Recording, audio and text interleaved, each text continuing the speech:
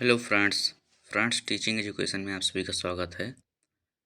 उम्मीद करता हूँ आप सभी अच्छे होंगे।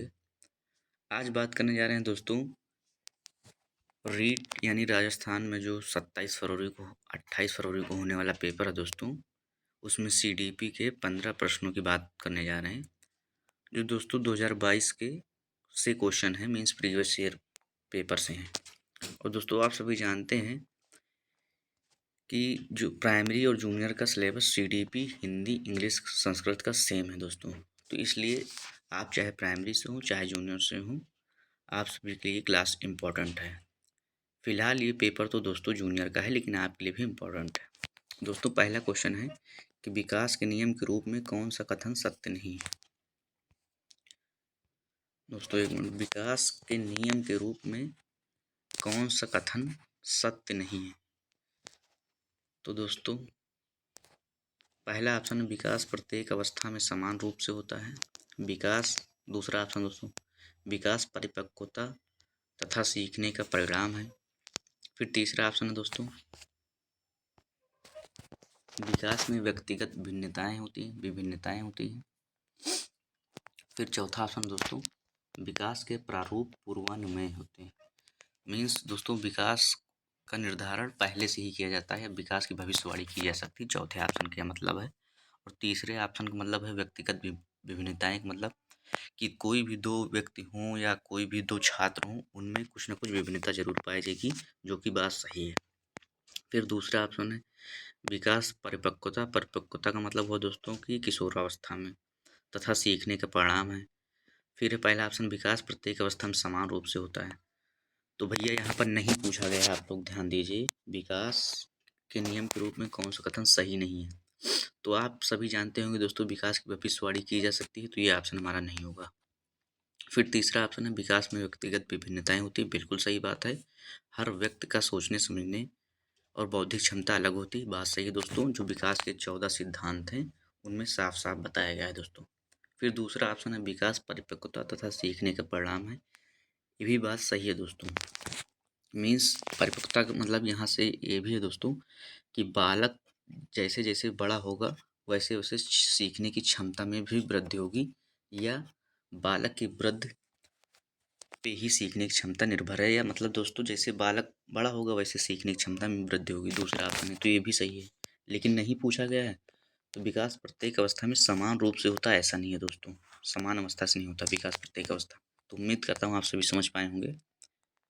फिर दोस्तों नेक्स्ट क्वेश्चन पे चलते हैं। दूसरा क्वेश्चन है कि नैतिक विकास का सिद्धांत किसके द्वारा प्रतिपादित किया गया था।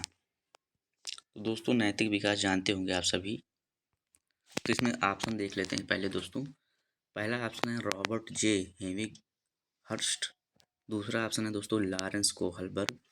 तीसरा ऑप्शन है एलिजाबेथ हर्लॉक। चौथा ऑप्शन है लेव वाइगोत्स्की। तो दोस्तों नैतिक विकास का सिद्धांत जो दिया गया था दोस्तों, वो पैट्रिक लॉरेंस कोहलबर्ग ने दिया था। लेव वाइगोत्स्की ने सामाजिक विकास का सिद्धांत दिया था, या सामाजिक सांस्कृतिक विकास का सिद्धांत दिया था।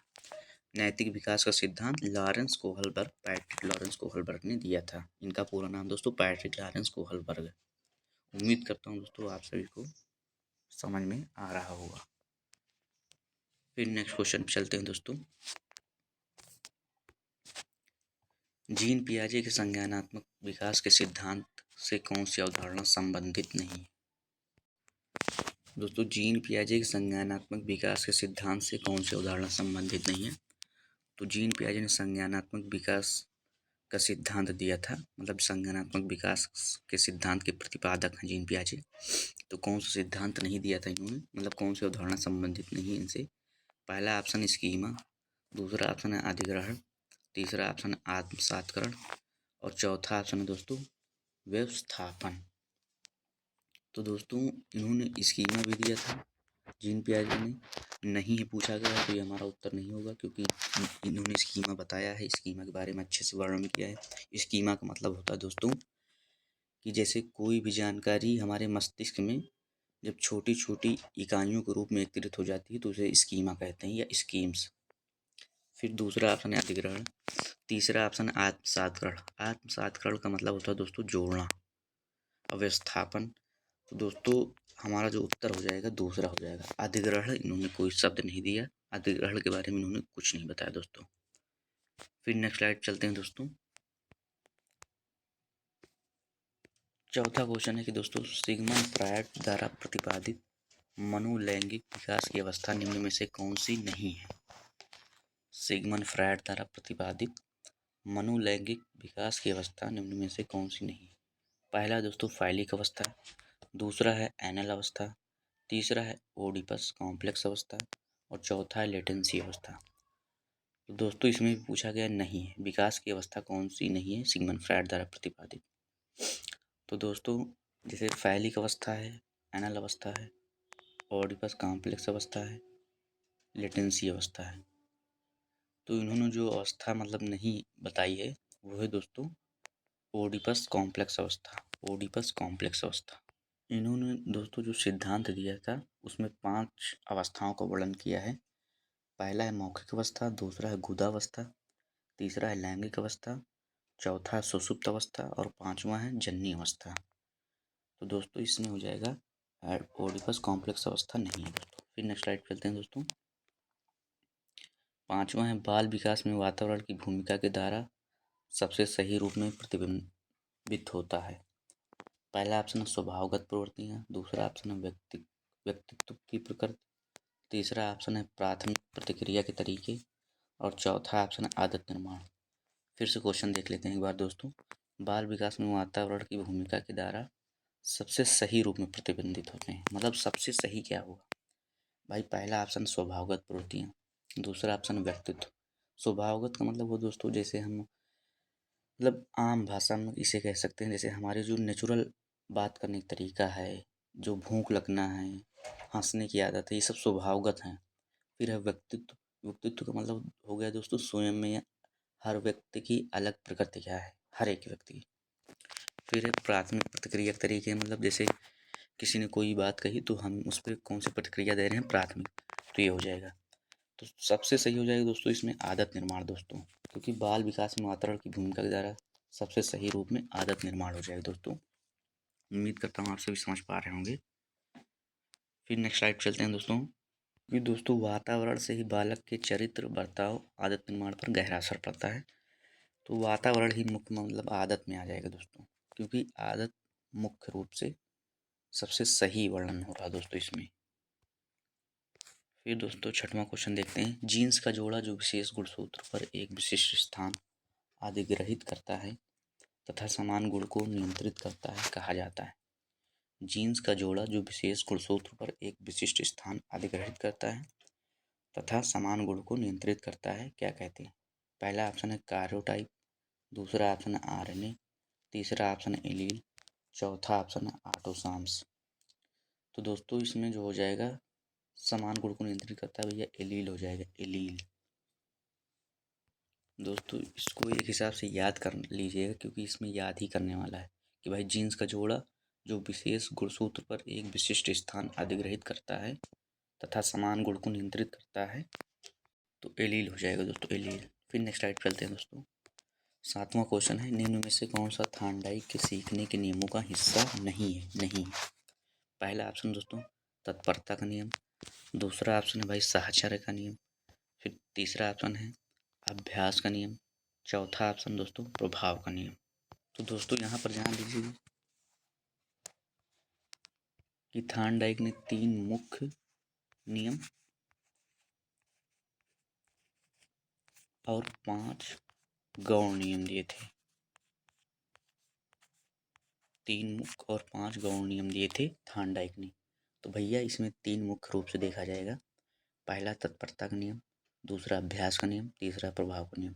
लेकिन ये साहचर्य का नियम मुख्य नियम में नहीं है, तो ये हो जाएगा दोस्तों। और 5 गौण नियम भी इन्होंने बताए हैं दोस्तों। फिर नेक्स्ट स्लाइड पे चलते हैं दोस्तों। 8वां क्वेश्चन है कि अधिगम का अंतर्दृष्टि सिद्धांत किसके द्वारा प्रतिपादित किया गया था? अधिगम का अंतर्दृष्टि सिद्धांत किसके द्वारा प्रतिपादित किया गया था? पहला है ऑल्फ गैंग कोहलर ने, दूसरा है जेरोम ब्रूनर ने, तीसरा है मार्टिन सेलिगमैन ने, चौथा ऑप्शन एरिक एरिक्सन ने। तो दोस्तों इसमें हो जाएगा अधिगम का अंतर्दृष्ट सिद्धांत वोल्फगैंग कोहलर ने दिया था दोस्तों, वोल्फगैंग कोहलर ने। दोस्तों इनके बारे में थोड़ा सा और जान लेते हैं। इन्होंने दोस्तों इनकी जो पुस्तक थी गेस्टाल्ट साइकोलॉजी 1959 में, ये इनकी पुस्तक है दोस्तों जो 1959 में प्रकाशित हुई थी। और दोस्तों इन्होंने सूझ के सिद्धांत का भी प्रतिपादन किया था वोल्फगैंग कोहलर ने। फिर दोस्तों नेक्स्ट स्लाइड चलते हैं। 9वां क्वेश्चन है कि ड्वाइट डब्ल्यू एलन के द्वारा कौन से शिक्षण अधिगम विधि प्रस्तुत की गई। ड्वाइट डब्ल्यू एलन के द्वारा कौन से शिक्षण अधिगम विधि प्रस्तुत की गई। पहला ऑप्शन है सूक्ष्म शिक्षण, दूसरा ऑप्शन है दल शिक्षण, तीसरा ऑप्शन है मस्तिष्क विप्लव, चौथा ऑप्शन है अंतःक्रिया शिक्षण। तो भाई दोस्तों ड्वाइट डब्ल्यू एलन के द्वारा कौन से शिक्षण अधिगम विधि प्रस्तुत की गई। अधिगम को मतलब दोस्तों सीखना होता है, तो सीखने की कौन सी विधि प्रस्तुत की गई तो ये हो जाएगा सूक्ष्म शिक्षण। सूक्ष्म शिक्षण दोस्तों, सूक्ष्म का मतलब दोस्तों बहुत थोड़ा होता है, तो सूक्ष्म मतलब कम समय में कौन सा शिक्षण दिया जा सकता है, मतलब जैसे 5 से 10 मिनट तक रखा जाए। सूक्ष्म शिक्षण में समय की जो अवधि कम, मतलब ये बताया है इन्होंने, तो 5 से 10 मिनट है, 5 से 10 मिनट दोस्तों। फिर नेक्स्ट स्लाइड चलते हैं दोस्तों, 10वां क्वेश्चन देखते हैं। रॉबर्ट जे स्टनबर्ग द्वारा बुद्धि का कौन सा सिद्धांत प्रस्तावित किया गया। रॉबर्ट जे स्टनबर्ग द्वारा बुद्धि का कौन सा सिद्धांत प्रस्तावित किया गया। पहला है द्विकारक सिद्धांत, दूसरा है बहुकारक सिद्धांत, तीसरा है त्रियामी सिद्धांत, चौथा है पदानुक्रमिक सिद्धांत।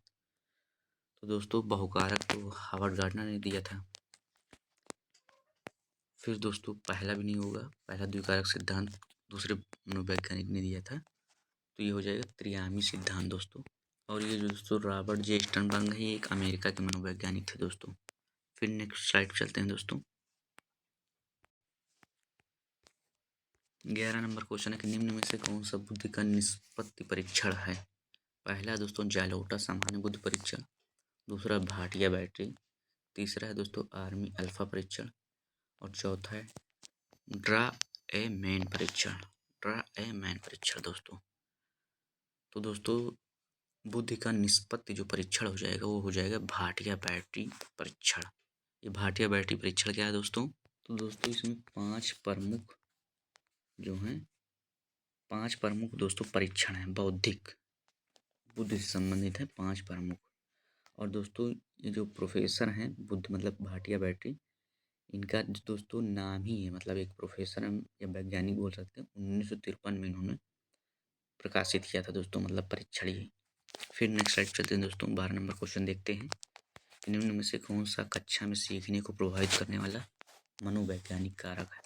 कक्षा में सीखने को प्रभावित करने वाला मनोवैज्ञानिक कारक।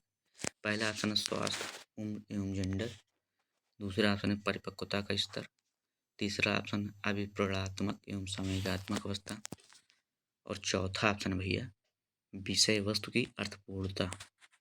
तो जो दोस्तों मनोवैज्ञानिक कारक होगा स्वास्थ्य, उम्र एवं जेंडर, ये तो कॉमन सी बात है, मतलब इस प्रक्रिया से तो सभी गुजरते हैं, तो ये तो मनोवैज्ञानिक कारक नहीं हुआ। परिपक्वता वो भी उम्र में आ गया दोस्तों, ये भी नहीं होगा दोस्तों। विषय वस्तु की अर्थपूर्णता, दोस्तों इससे भी कोई मतलब नहीं है, ये भी मनोवैज्ञानिक कारक नहीं, क्योंकि विषय सब्जेक्ट, विषय वस्तु को दोस्तों कहते हैं सब्जेक्ट, जो जैसे CDP है, हिंदी है, मतलब अर्थपूर्णता जो अर्थ से पूर्ण हो तो वो सीखने को प्रभावित कर दें, ऐसा कोई ज़रूरी नहीं है।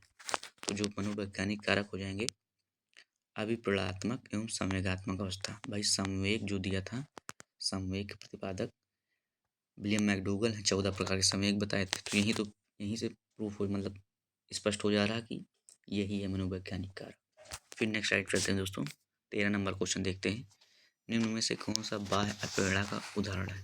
उपलब्धि की आवश्यकता, चिंता, आकांक्षा स्तर, पुरस्कार। तो दोस्तों एक आंतरिक अभिप्रेरणा होती है, एक बाह्य। बाह्य का मतलब जैसे माता पिता हैं या कोई शिक्षक हैं, उनके द्वारा कोई बात बताई जाए तो ये बाह्य प्रेरणा है। अंदर से जैसे हम खुद अंदर से सोचें, रुचि लें, नहीं हमें ये चीज़ करना चाहिए, तो आंतरिक अभिप्रेरणा हो जाएगी दोस्तों।